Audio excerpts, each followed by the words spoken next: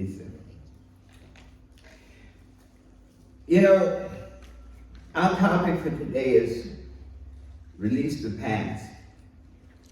And once again, to remind us where we are, this is the first Sunday of the third month.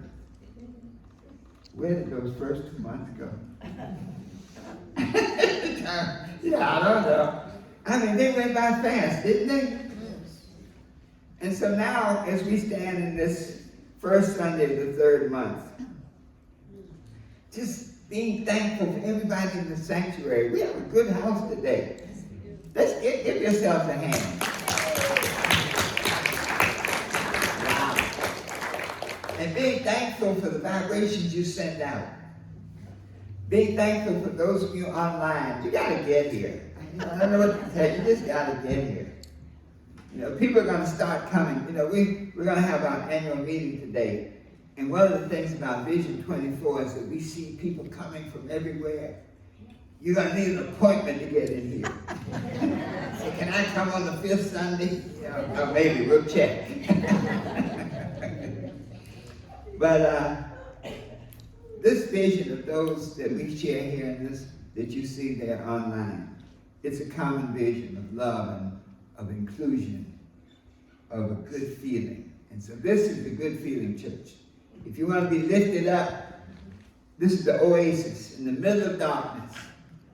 If you're out there in the world and online space, if you're out there wondering where to go, this is it. Yeah. Today, I want to start by just conditioning us. This is March. Spring is on the way. And when you got up today, it was a beautiful day and it made you feel good inside. So let's do an affirmation. I feel good inside. Together. I feel good inside. Got to put a little wiggle with it now. Let every part of your body know. Let's try it again. I feel good inside. Yeah. Yeah. Isn't it amazing how the body, the kinesthetic properties that we have, that when we move, it does something? And you know something else we feel? We feel loved. I feel loved today. Let's say that together. I feel loved today. Maybe caress yourself. Love yourself. I feel loved today. Woo! It's a good person. Yes, you are. Say that. I am a good person. Together. I am a good person. You know, sometimes we have to really reprogram ourselves. You know, you hang out with with 5 negative people, and guess who the 6th one is? So you got to be careful. So you come here to hang out with good, positive people, and you get uplifted and just feel good about yourself. So today's message is really one of special. Our theme for this month, it really goes with our theme. It's really tonight, release the stuff that you do not need. And you know, I like to use the Bible as a spiritual reference, a point where the Bible is one of the greatest personal development books that was ever written, and it gives spiritual principles that you can follow. And so this idea of releasing the past is a principle that we can use to take ourselves from where we are to wherever we want to be. There's a beautiful quote. Daphne Rose Kingma was a psychologist, a social worker, and author, and she did a lot of work with trauma in the past. And she said, holding on is believing that there is a past, but letting go is knowing that there is a future. Holding on is believing that there is a past, but letting go is knowing that there's a future. When you ask young people about 9/11, many of them go like, you know about 9/11? Nope. Is that a game? If you notice that young people don't really have a sense of 9/11. But every one of you in this room that was alive in 9/11, you remember where you were. You remember what you were doing. And we remember things because there's a feeling associated with it. I remember I had just finished an interview at the radio station. I was talking with Rhonda Bellamy. She was the manager of the radio station at the time. And as we were talking, she had they had the TV on, and all of a sudden, news flash, and we saw a picture of the World Trade Center. And I was supposed to go to New York that day. And I mean, we just stood there like mesmerized, could not believe it. And so our memories have such a feeling associated with them, which is a good thing when they're good memories, which is a challenging thing when they're not. And so when we think about this idea of releasing the past, we may remember the past because of the feelings associated with it. So we may remember a bad childhood, abusive relationships, past failures. All these have a feeling associated with it. But good stuff too, your first love, your first car. When I was a young man, kids today don't want cars like they used to. When I was a young man, that's the only, you couldn't wait to get 16 and get your driver's license. Now my daughter's 31, I'm like, when are you gonna learn how to drive? She actually can a little bit. But I remember as a young man, I used to go there. They had a Chrysler place on 17th Street, and I'd go there every day after school, and I guess the guy thought I was casing the joint. I wanted a car so bad, and I got one. I sure did. And that's really those good things, those good things to focus on, the good things about life. But when we have those negative things, they hold us down. If we live our lives on the river of time, we are like a ship on the river of time. And that ship has a rudder, which is our belief system. It has an engine, which is our level of desire. It has a crew, the people we permit to come on board. It has sails, which is our attitude, which can help us negotiate regardless of. You ever figure how does a sailboat go? Because the wind may be blowing in a different direction, but they can adjust the sails so that it pushes the boat. But every boat has something very interesting. It has an anchor. And so in the ship of life, the anchor can be those negative emotions. The anchor can be those past hurts. And when you have that anchor down, the motor can be roaring, the sails can be blowing, the crew can be doing their thing, and that boat's going to do nothing but go in circles. And that's where it is in our lives sometimes. And we find that we keep having repetitive situations where we keep going through failure after failure, bad relationship after bad relationship. All kinds of nasty things happening. As long as that anchor is down in our consciousness, we're going to stay stuck. So the goal is this. How do you get rid of that anchor? First thing you got to do is, what is the anchor? And I challenge everybody.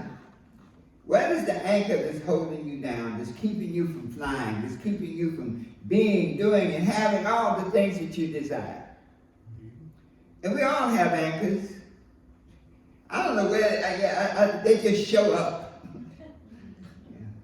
Anchors are always there, but the negative thinking that may be crippling us, negative emotions that may just take all the wind out of our sails, bad habits, unhappy relationships. So to free ourselves, we must cut the chain. You see, on the boat of life, on the ship of life, you can't keep dropping the anchor and pull it up. See, on a regular boat, you drop the anchor and you pull it. On the ship of life, you got to cut the chain. Because many of us have had anchors, we pull them up. When you pull them up, you feel good a little while, and you're able to cruise along, and then all of a sudden, whatever that negative feeling comes back, and that anchor drops again. And if you ever notice it drops just when you don't want it to drop, Just when you get ready to have a breakthrough, boom. So once and for all, you must cut the chain on the anchor of your feelings. So 4 steps to release the past. Number 1, acceptance. Number 2, forgiveness. Number 3, change your focus. And number 4, keep going and growing. Let's go into them in depth. Acceptance. The first step to releasing the past is to accept it. Acknowledge that what happened can't be changed. You know, I always tell you, my mother used to always say I had no common sense. And for years, that plagued me. I know some people say, yeah, you still haven't gotten over it. Yeah, Sandra's like, yeah, But that thing, you know, if you think about that, things that our parents say to us sometimes can lock us down. And I lived no common sense. I was an Urkel before there was an Urkel.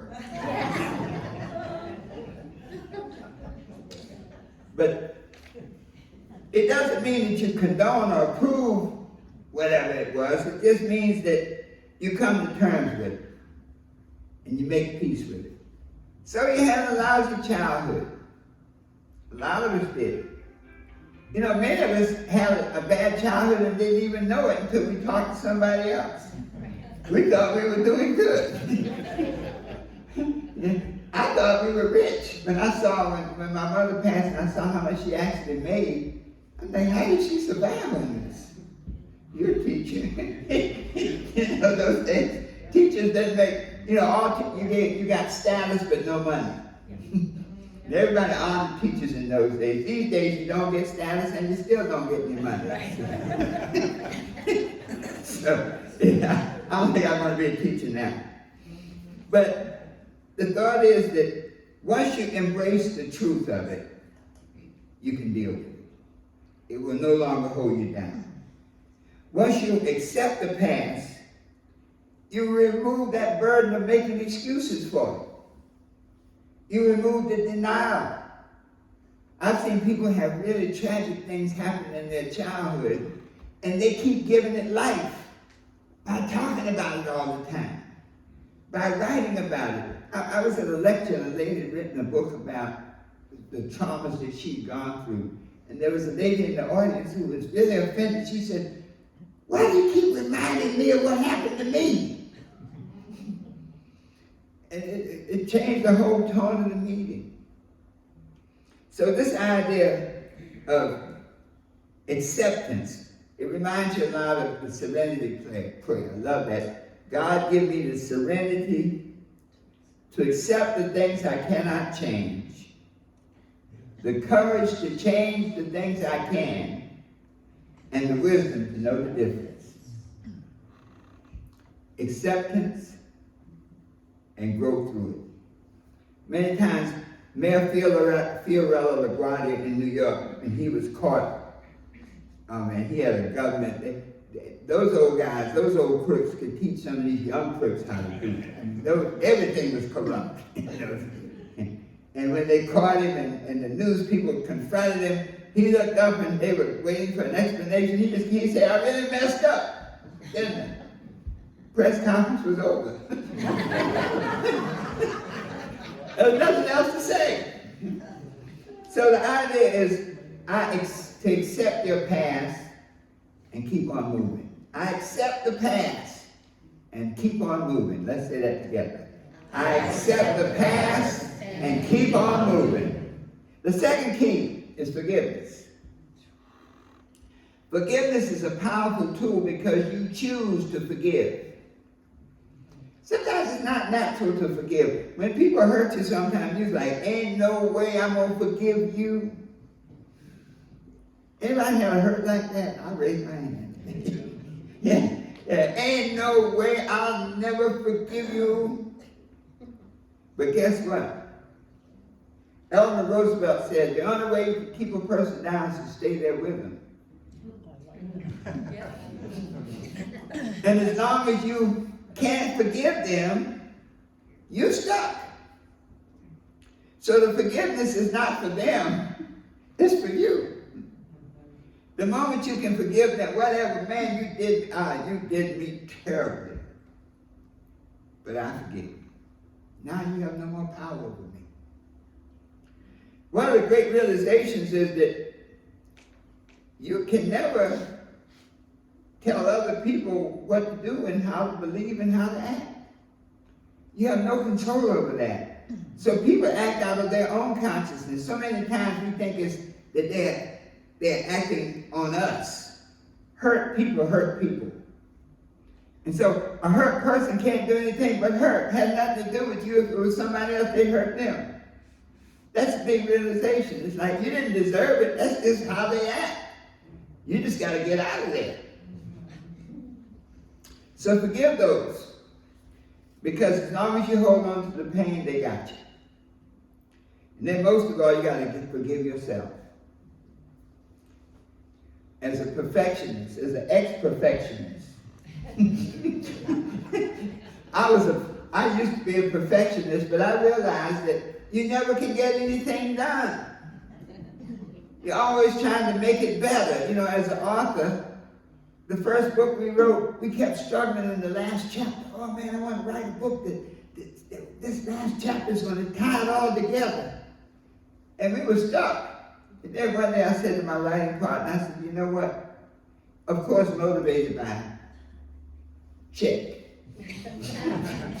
We didn't get the second check until we turned in the final manuscript. Christmas was approaching.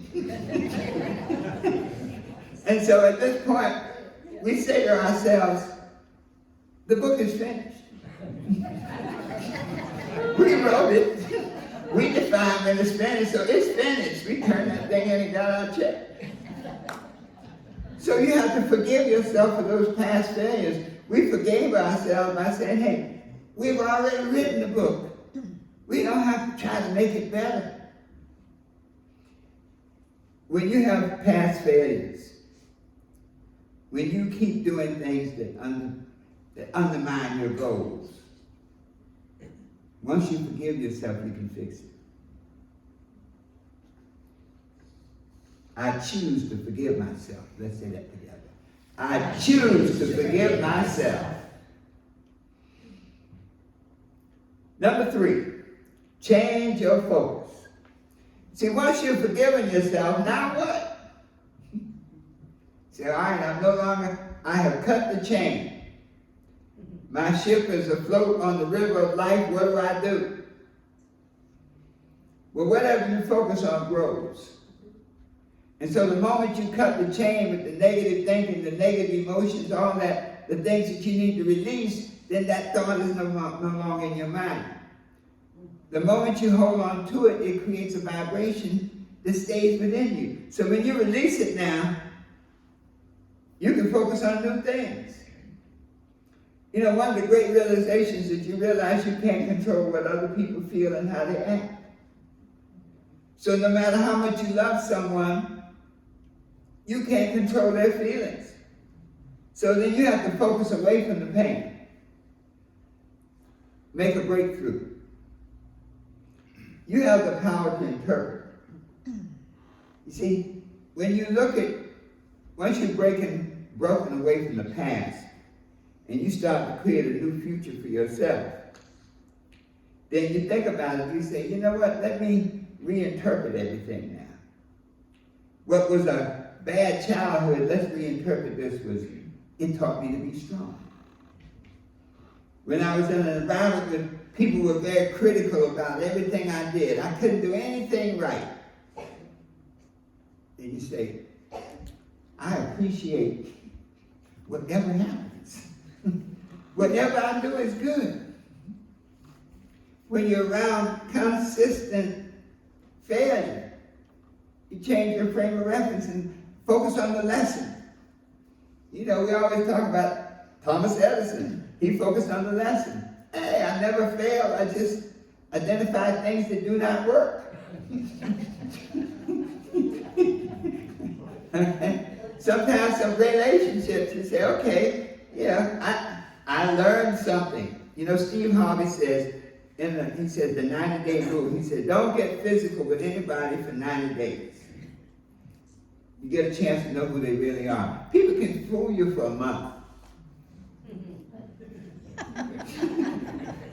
Till the bills come. They may fool you for 2 months, but they're not going to fool you for 90 days. And so now when you change your focus to say, you know what, I'm not going to deal with that now. I'm going to focus on what I want, what I want to be, what I want to do, what I want to have. I'm not going to let anybody come into my life because I've known them for a while. You focus on your goals. So you didn't win, but you learned something. The moment you change your focus, whatever you focus on grows, and you focus on the good. I focus on the good in my life. Together. I focus on the good in my life.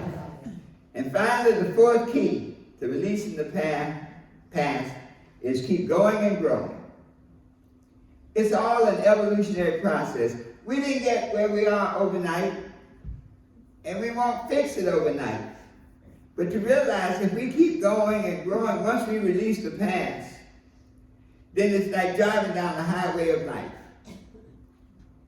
The highway of life, you have a Rolls Royce. Alan, if I'm a driver, I'm driving a Rolls Royce. I'm driving down the highway of life, looking in the rearview mirror. And that's what we can do in our lives. When we focus on the past, we look in the rearview mirror. But now that we've accepted it, now that we've asked forgiveness, now that we've made a new vision, now let's start looking at the front windshield. We don't have to remember the past now. That's gone. We're gone. Start looking now at some new thoughts. Thoughts that can empower us. Thoughts that can help us. Thoughts that can help us fly. Start looking at some new emotions. Emotions that uplift you. I love to do the affirmations because you can reprogram yourself each morning. You stand in front of the mirror and just look at yourself and say, my, I look great today. You do it after 3 or 4 days, you're like, I really do. After a week, you're like, yeah, this is me. We can reprogram our minds by what we tell ourselves. This idea of growing and growing means that we accept each day and we commit to do better. We say every day and every way I'm getting better and better. I'm getting positive thoughts. I'm building positive emotions that inspire me and lift me up. I'm building positive habits that support my goals. I'm building positive relationships with people who love me, who honor me. I want to surround myself with people who are excited when I walk in the room. You know how your kids are when you come home and they go, oh, Mommy, Daddy, woo. I want people like that around me. When you have people like that around, you know how when your kids do that to you, you feel great, you take them up and hug. When you have people around you like that, can you imagine how they can lift you up and make you fly? So, let us summarize today. Our memories exist in the past. And the connection to the past is through our feelings. Their thoughts, their emotions, their habits, their relationships, but all these can hold us captive until we choose to change. We cut the anchor by acknowledging whatever it is and not letting it hold us captive. So we don't have to deny it. We don't have to explain it. It is, it's happened, and I'm done with it. We forgive ourselves completely, letting ourselves be free, saying, I am a good person. The past is in the past. Let me roll on. We see new vision now, out the panorama of life, looking at the possibilities. Nothing is impossible. As our consciousness grows, as we grow and go, nothing is impossible. And then we commit to every day in every way to get better and better. When we can release the past, then we can truly be what we want to be, do what we want to do, and have anything we desire. Let's close out. Let's stand and close and do our treat. Are you going to release the past? You bet. Yes. Listen, it's done. It's gone.